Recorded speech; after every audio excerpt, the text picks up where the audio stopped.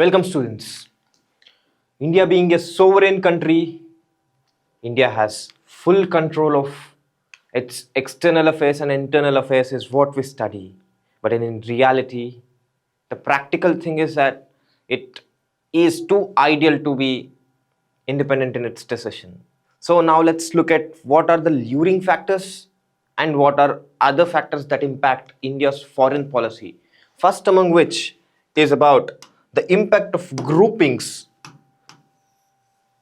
India would be part of various groups, and how that influences India's foreign policy is what we would be looking at in today's video.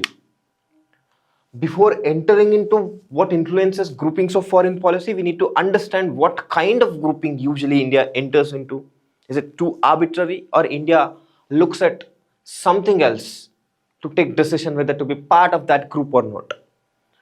To understand that, first thing traditionally India took as a decision is about non-alignment.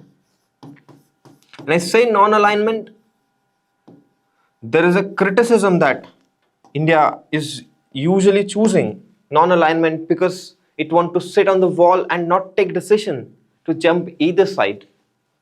But in reality, that criticism is only half truth. When it comes to non-alignment, India has been pragmatic. And it is pragmatic in a way that it is taking decisions not based on the existing biases, and it's based on its self-interest. So it has been part of many neutral groups. Now, India looks at its neighborhood as well. So it would be part of many regional groupings as well. If not regional groupings, it would at least be an external member who would often visit these regional groupings. For example, we have a couple of regional groupings by name SAARC and BIMSTEC, which India is member of. But when it comes to ASEAN, India is not member of it, but there exists something like ASEAN +1 or ASEAN India grouping where India would usually visit to improve their relations with ASEAN. And many bilateral exercises and many bilateral groupings that India would be part of, and this influences India's making. And the third kind of grouping India is part of is pure multilateral, and there are global groupings as well. And these groupings actually influence India more than the regional ones. Though regional ones has immediate impacts, these multilateral are again of two types. One, influencing trade, which is prime determinant of foreign policy of many countries today, trade and commerce.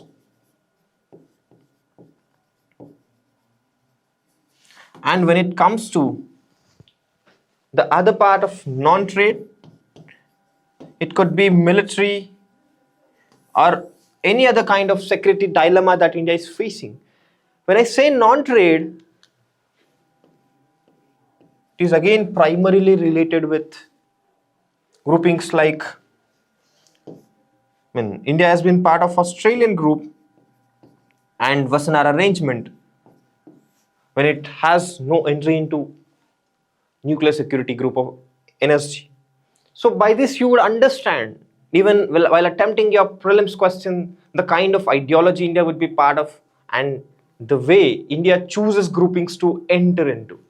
Okay, if this is the case, then when it comes to trade and commerce, what kind of trade and commerce India is choosing? India is choosing a rule-based order where it feels not strict equality, but a kind of differentiation is possible with first world and third world countries. For example, India choose IPEF, Indo-Pacific Economic Framework. India is part of it as it signed at least few of those agreements, few of those conventions.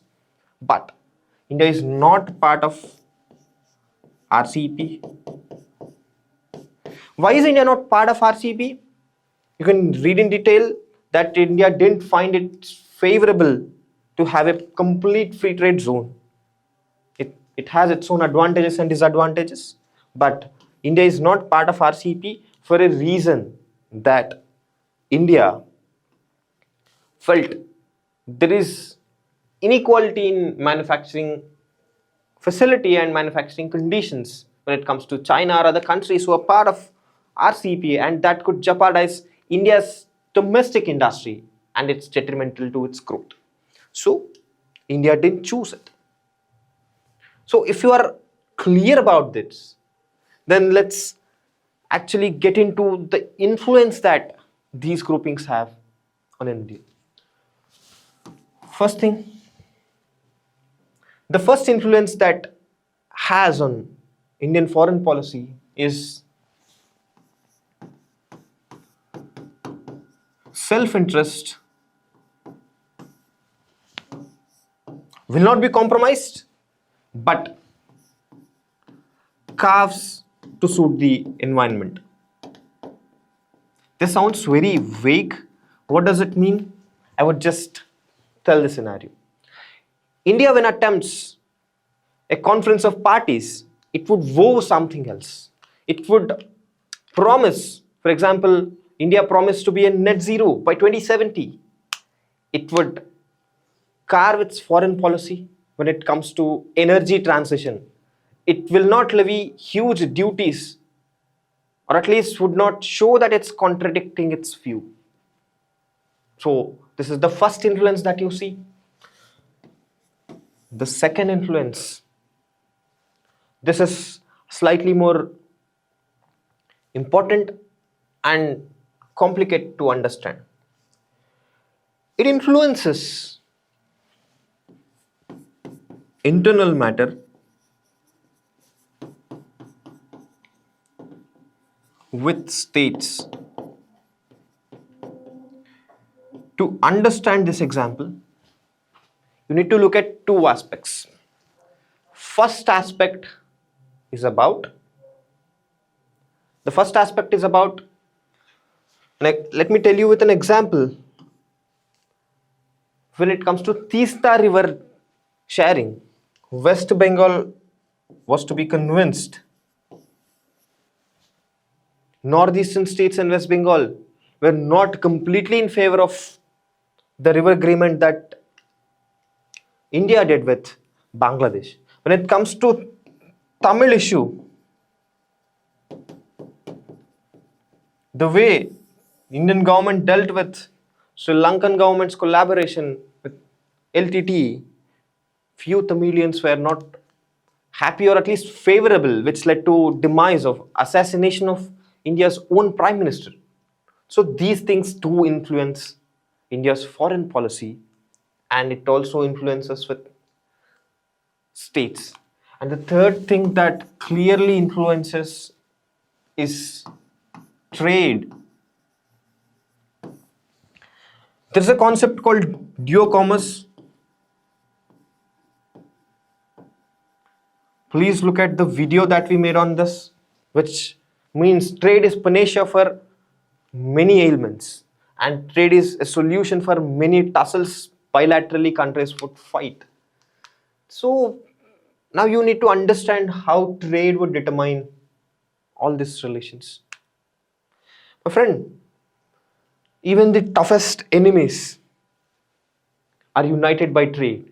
Japan and US today have better trade, and they are in good terms because the trade is robust. Despite the Hiroshima Nagasaki bombing, still Japan and US are today are allies in many things.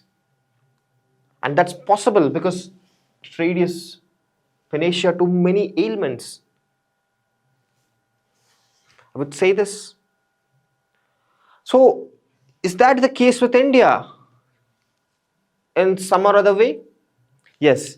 Even in recent budget, we saw India is not acrimonious to attack China, but that actually neutralize its trade relations with China rather than blocking it. So all these things would influence India's foreign policy, and Indian foreign policy is actually pragmatic to navigate the tough waters than being ideal in its value and calling self-interest a defined one. India navigates and carves its self-interest is what I would like to convey in this video of foreign policy. Another day, I'll be back with you with much more interesting topic. Till then, thank you.